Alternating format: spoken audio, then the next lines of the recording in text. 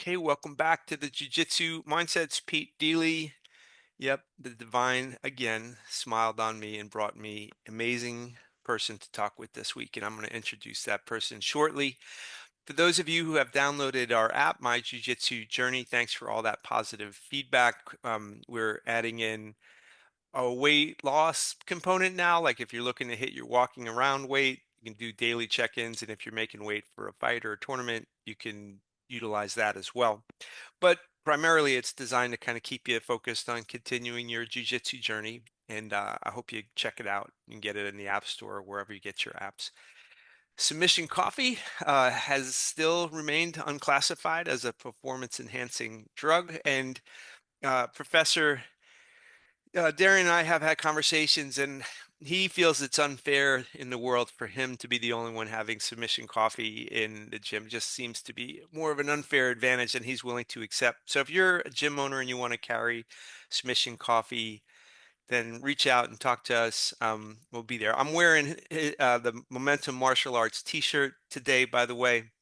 If you're on YouTube, you know, Coach Darian, Professor Darian told me I don't have big enough muscles to wear his t-shirt. So if you're on YouTube, I want you to go to Momentum Reno's Instagram page and send him a message about how jacked I look. So, crying out loud.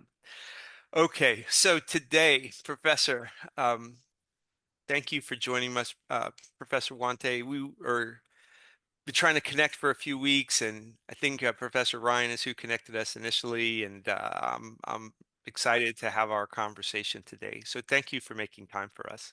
Hey, thank you. I, People who spend as much time as you dedicated to our art, both in terms of being a martial artist and then being a community leader as a business owner. I know how dominating both of those experiences can be for our time and our, how much of our brain is being occupied by jiu-jitsu, both as a artist and then as a business person. So one of the things that I'm always curious about is that if all that energy had been not poured in this direction, where would it have been poured? Is there a roadmap in your head? Is there an alternative uh, timeline, as they say, that you'd be on right now? Yeah, before I started jujitsu, I did a lot of like art, like murals and Oh, well, paintings.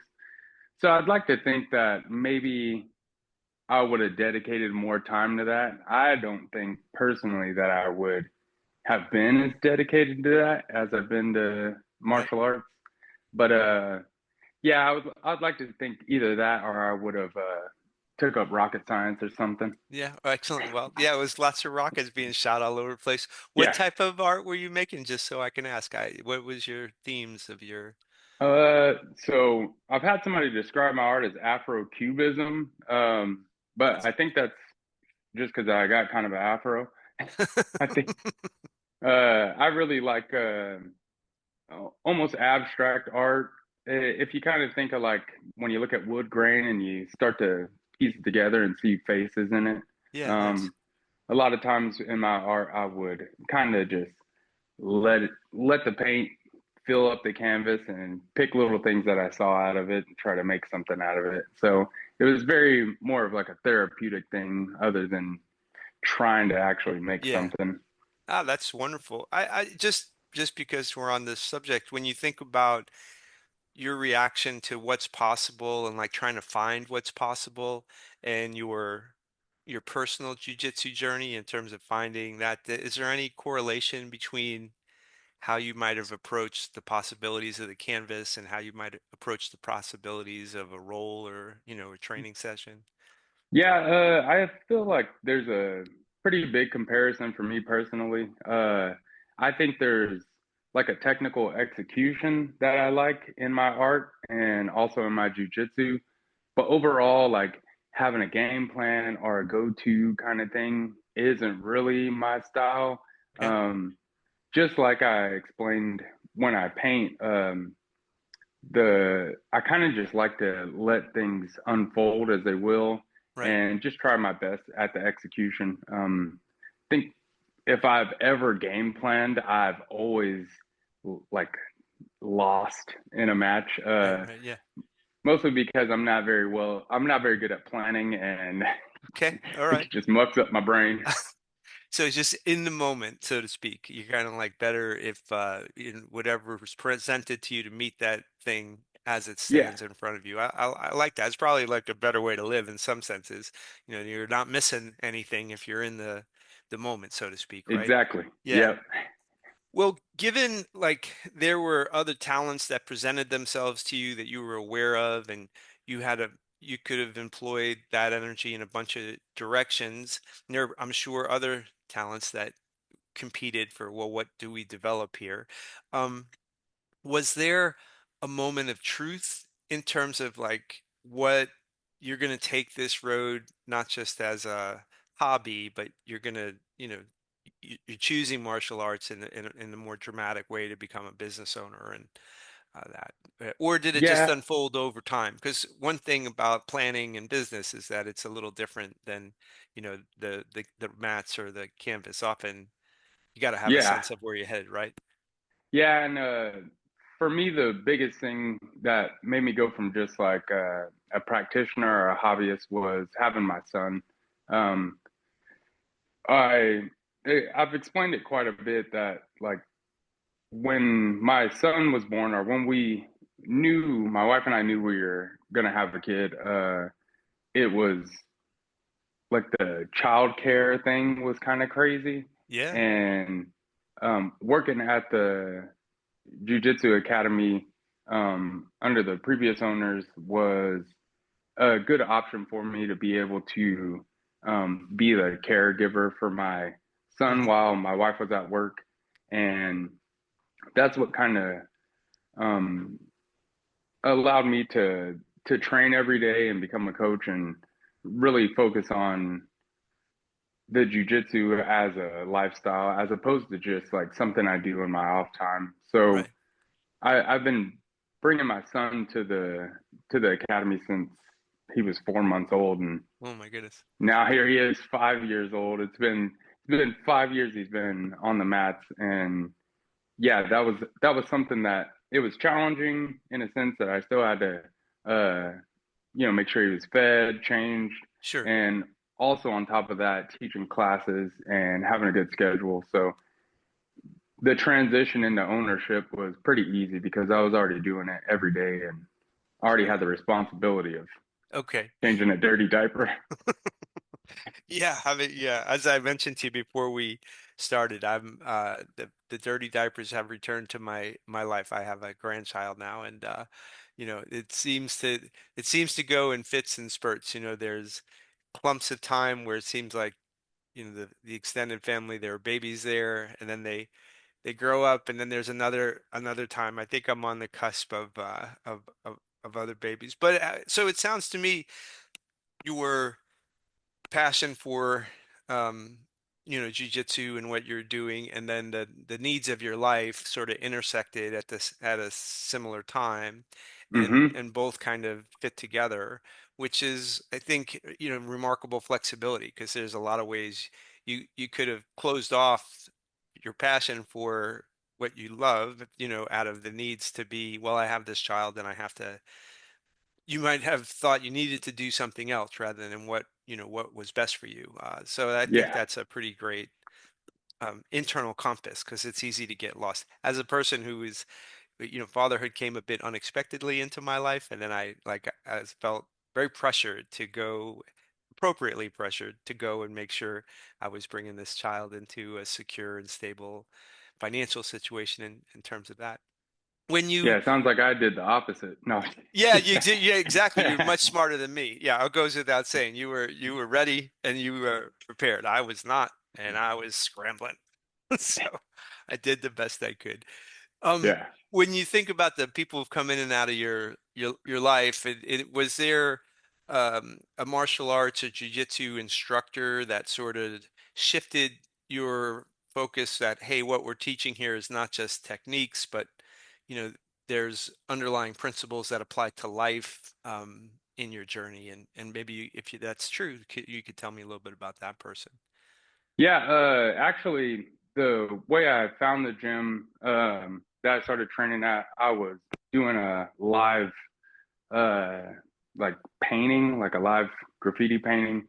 Hmm. And it was before I even trained or anything. And as I was painting, I guess the fumes were wafting into the academy, and then the coach Aaron came out and asked me to move and stuff.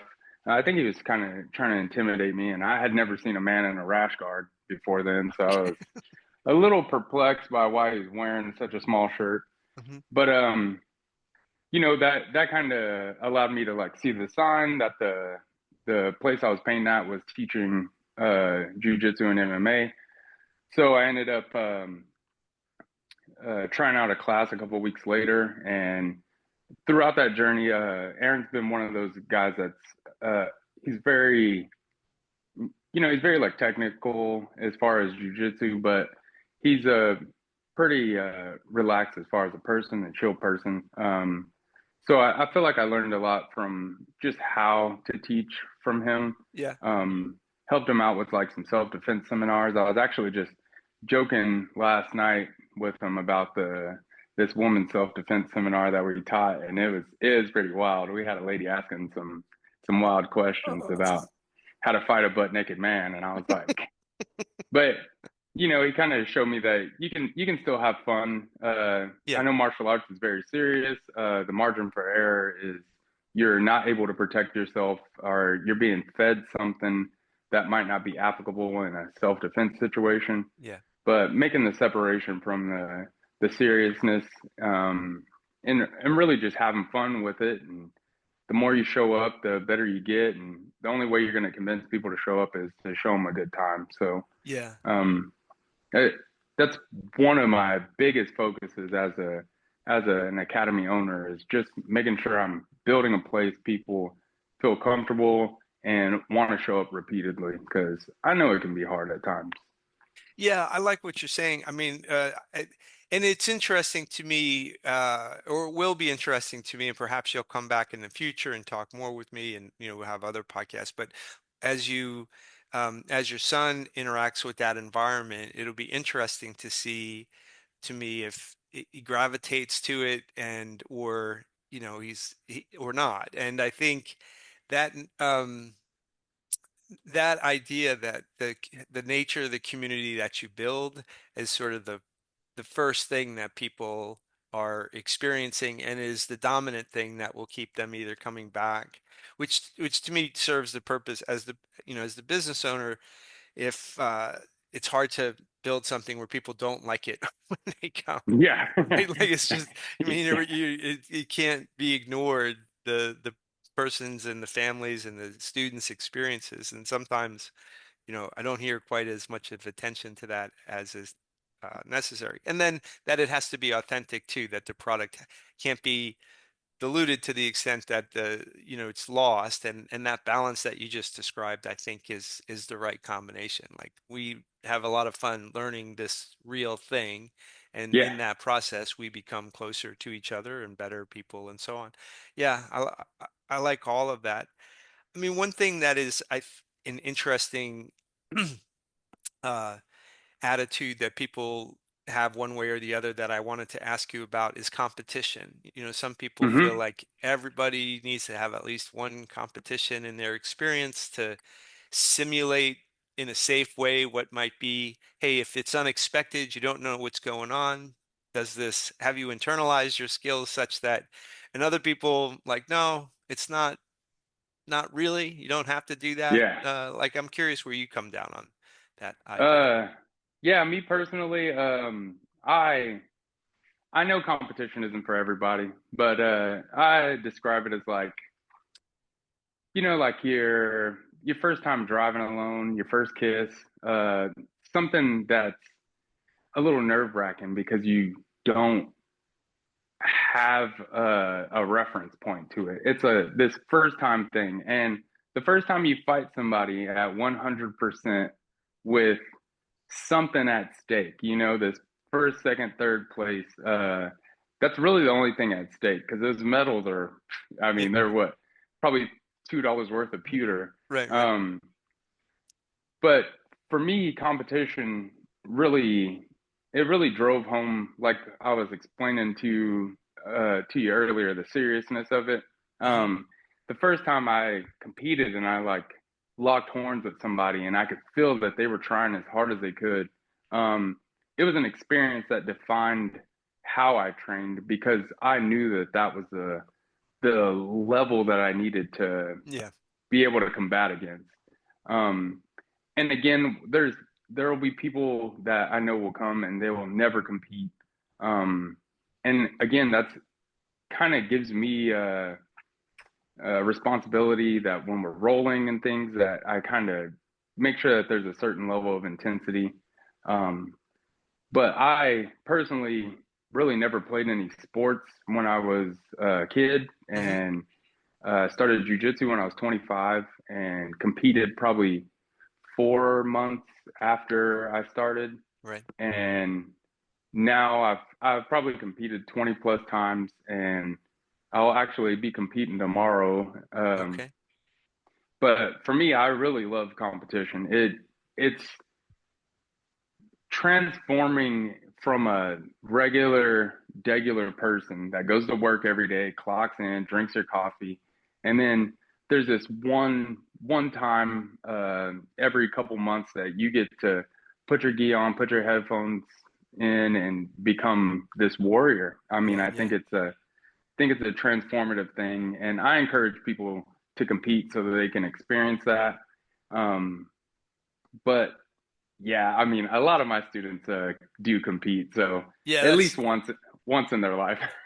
so when you think back on all of the various, roles you've had, and maybe this question is answered by a role you had in competition and maybe someplace else. But if I'm to ask sort of your lizard brain, hey, what's the most memorable role you've had?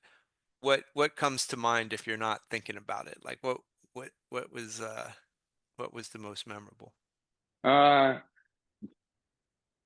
if I had to think about one specific one, it'd probably be the I was at IBJJF Kansas City as a blue belt, and it was the second time that I competed in IBJJF, and the first time I got mollywopped by maybe a 23-year old, and I'm like pushing 30, like, hey man, this is unfair.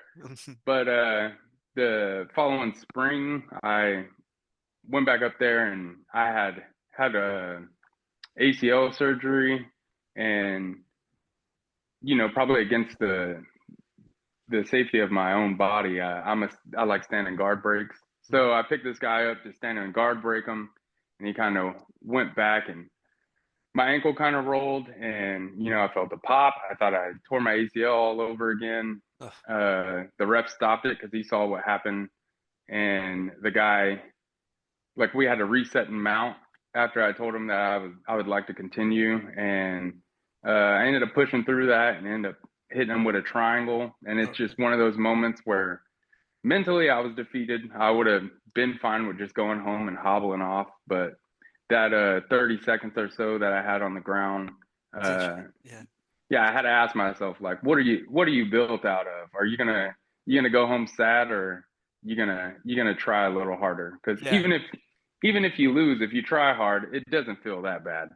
No, But no, if you just give up on yourself, yeah, I mean, that is, I think it's at the end of the day, mostly, an internal battle at those experiences. I mean, there's obviously the opponent is who you're, but the experience, in my opinion, that's valuable is what you just described. When you confront yourself, like, well, what are we going to do here? And do we just fold or not? And when it comes to injury, I'm not someone that would ever advocate, hey, if something yeah. feels right, like don't, go fight another day. Like there's no reason to push through it. But in the course of any fight, roll, whatever, there's those moments of you just fold your tent or you're gonna see if you can get out of there. I think well that's amazing. And I think for your students, it sounds like you got a lot of folks that have followed you down that road that uh it's good it's something to at least experience, if not, make a big part of your life. It's good to at least have that under your belt. I feel the same way. I've enjoyed my competitions, which are local, small, and fun. Like I'm not Hmm. on any big stage anywhere, and won't be. Um, but but the times in which, I have my chance to test my metal for the moment. I agree. Like it makes life a little richer. Um, do you have like a story that stands out in a similar manner of a student that was super positively impacted by jujitsu in your community? I'm sure you have many, but like, is there one you'd share that you're like, yeah, this was important? Yeah, I think recently it was just the last school year, so probably May-ish. Mm, Um, my my cousin, she has been bringing her kids in, um, and one of her kids, Cooper, she's really into softball. That's like her sport. right? But she started jujitsu and she's done pretty well. And uh, for her talent show last year, she asked if I would come up there so Oh, that she could demonstrate some of the things that we learned. how And terrific. yeah, I think that was cool for me because we kind of our kids class they're pretty loose. We focus on having fun and Right. you know it I guess I didn't really expect that jujitsu would make such an impact on her that she wanted to share it. Yeah. And it was pretty cool. I got to go up there and kind of she had a little list of things that she wanted to demonstrate and I gave her her second stripe. Um, but it was one of those moments where I, I got to bask in my own I guess not indoctrination. That's a crazy word to say, No, but no, I I'm get like it. Yeah. Well, I she's mean, the sold fact on that, it. yeah, the fact that it made that big of an imprint, right? I mean, Yeah, that's something that will stay with her. That moment will stay with her whole life. She'll remember that. And then, perhaps this part of her life will maybe be a permanent part, that she'll yeah. have, which I think is extraordinary. That's a great story. Um, some people will answer the last question. Some people go, no, maybe next time we talk. But I like to ask if you were going to have a superhero name for your jiu-jitsu life, if you got one. So it's okay to decline, but if you got one, I'd like to know it.